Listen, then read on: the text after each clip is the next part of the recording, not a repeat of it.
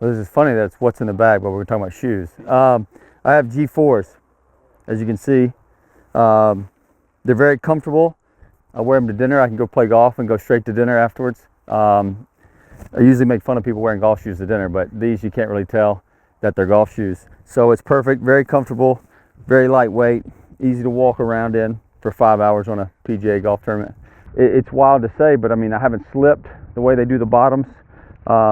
I haven't slipped, and I swing at it pretty violently, and my feet dance around a lot, so it works out good for me. But I figured if I can do it, anybody can do it, because I dance around, like I said. I dance around a lot with shoes on, shoes off. It doesn't matter when I hit a golf ball. Yeah, for sure. When you think about the high quality leather, but then you think about the colors. I like bright colors, so it fits perfectly for me. But the quality of the glove, you know, mine are custom fit to my little wrist.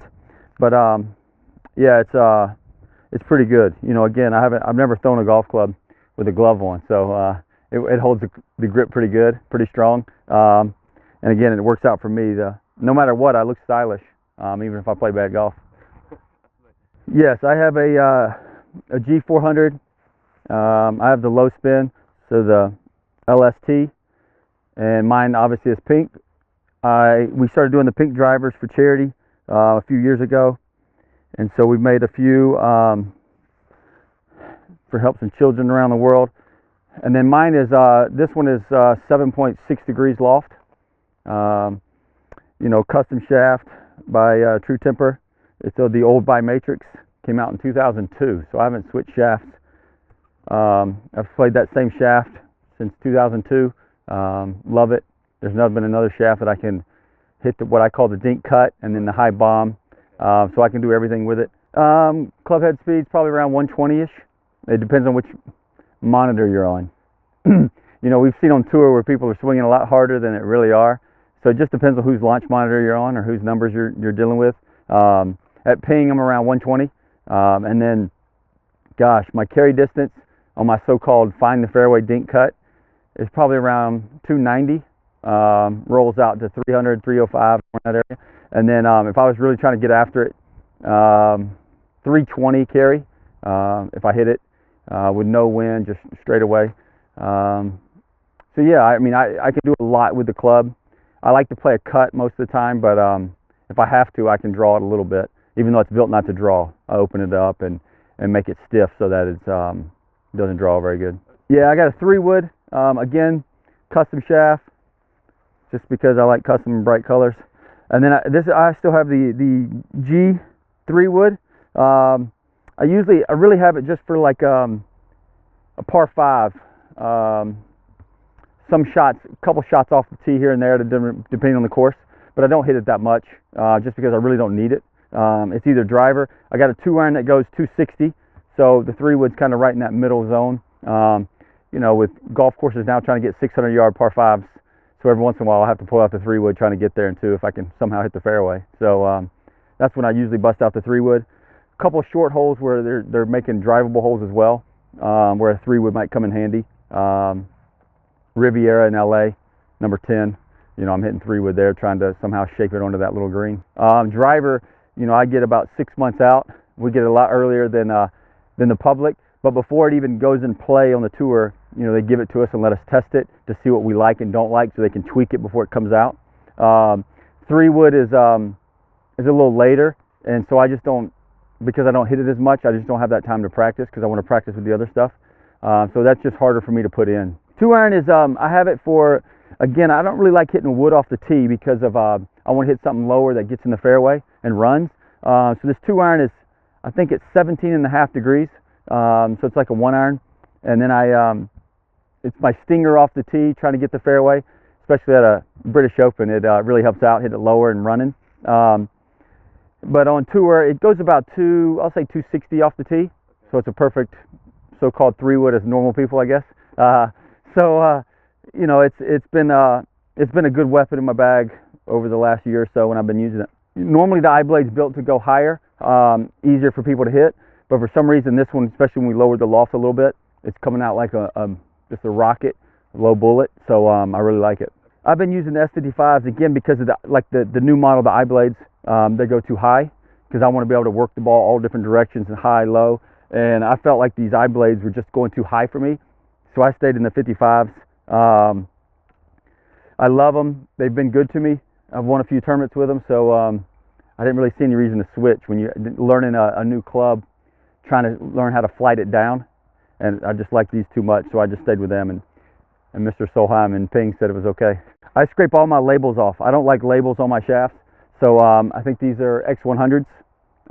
Whatever that means. Yeah, I don't know what that means, but they say it's what I need, so it works out. Yeah, Ping, their Gold Series, Yellow Series, whatever you want to call it, is a mid-sized grip, and then I wrap it, oh man, depending on what day of the week it is, but I wrap it, there's probably 11 to 12 wraps of tape under there, because I like them bigger, and the reason why is because my hands work real fast through the impact.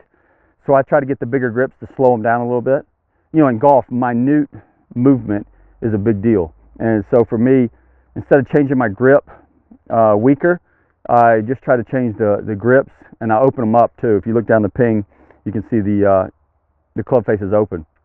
So that reminder back there makes me feel like I'm a weaker grip.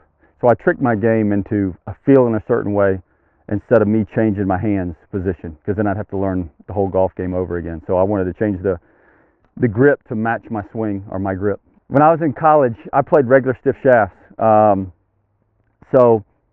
they asked me when I finally turned pro after college, Ping asked me, why do you use regular shafts? And I said, because that's all I could afford. I didn't have, this is my set I've been using for 10 years.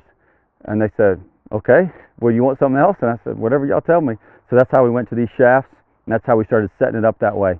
I was playing massive hooks in college because of the shaft and because of the grips and everything. So I just put big old hooks. And then not till I turned pro when I started cutting the ball, because we built the clubs right where I could start fading the ball and play a different game. Yeah, so my wedges are 48 degree, 52 degree, 56, and then a 63. Oh man, the pitching wedge, the 48 degree, 150 yards, just a standard shot. 52 is around 135-ish. 120 for the 56, and then 100 is a normal shot for my 63. Anywhere inside of 100 yards, as long as there's no tree trouble, it's going to be the 63 degree. Chipping, bump and runs, flop shots, bunker shots, everything is a 63 degree. I learned how to play with just the wedge around the greens and everything, so I've never switched. Instead, I can hit other shots, but most of the time it's going to be a 63 degree unless there's something in the way, something I have to do different. And then obviously when I won the Masters a few years ago, the 52 degree is the one I hit the massive hook with. So I can move the ball any direction with them. But I added 4 wedges just to give me more playability around the scoring areas, 150 yards and in. I have a candy shop. I love sugar, so I put Bubba Sweet Spot on my wedges, my scoring clubs, because you're trying to hit the sweet spot of the wedge, and so my candy shop is Bubba Sweet Spot, so it worked out perfect. That it made sense. It was funny for me, so Ping put them on there for me. I guess you'd call it a custom putter, but I don't know anything about it. It rusts. That's all I know. It's some rust material, but I started using it in LA this year. They took 2 putters. They took a normal putter, and then they took my other putter, and they chopped it in half and welded the hosel together. And some reason in LA I started using it, and I happened to win Riviera. And I don't like the rust at all because I don't like the look of it, but it feels good and it's been working. And it hasn't got too rusty yet, but they said they can take the rust off if it gets too rusty, so I'm just waiting for that day. But it's been working good. And we went to Loft. We found my original putter that I putted with, and it was at 6 degrees of loft. And I've been putting with 3 degrees of loft. So instead of going all the way to 6 degrees, we went to 4.5. We just kind of picked in the middle somewhere and went to 4.5. And I've been putting a lot better, making some putts and competing in some tournaments. So it's been good that I told the engineers just figure out a way to make me putt better. And so they went to it, and this is what we came up with: is getting the loft right, getting a better loft for me because of the way I stroke it. and then they got a softer feel putter. I didn't putt very good sometimes, so I switch putters every once in a while. But yeah, this is the one I've usually, I love. This is the one I always stick to when it comes to my eye, because my whole game is about feel. And so when I grab this one, it feels, the look makes me feel right. And so the mallet to me, inside 10 foot, it looked like I couldn't hit it soft enough. And so that's why this one's always been good.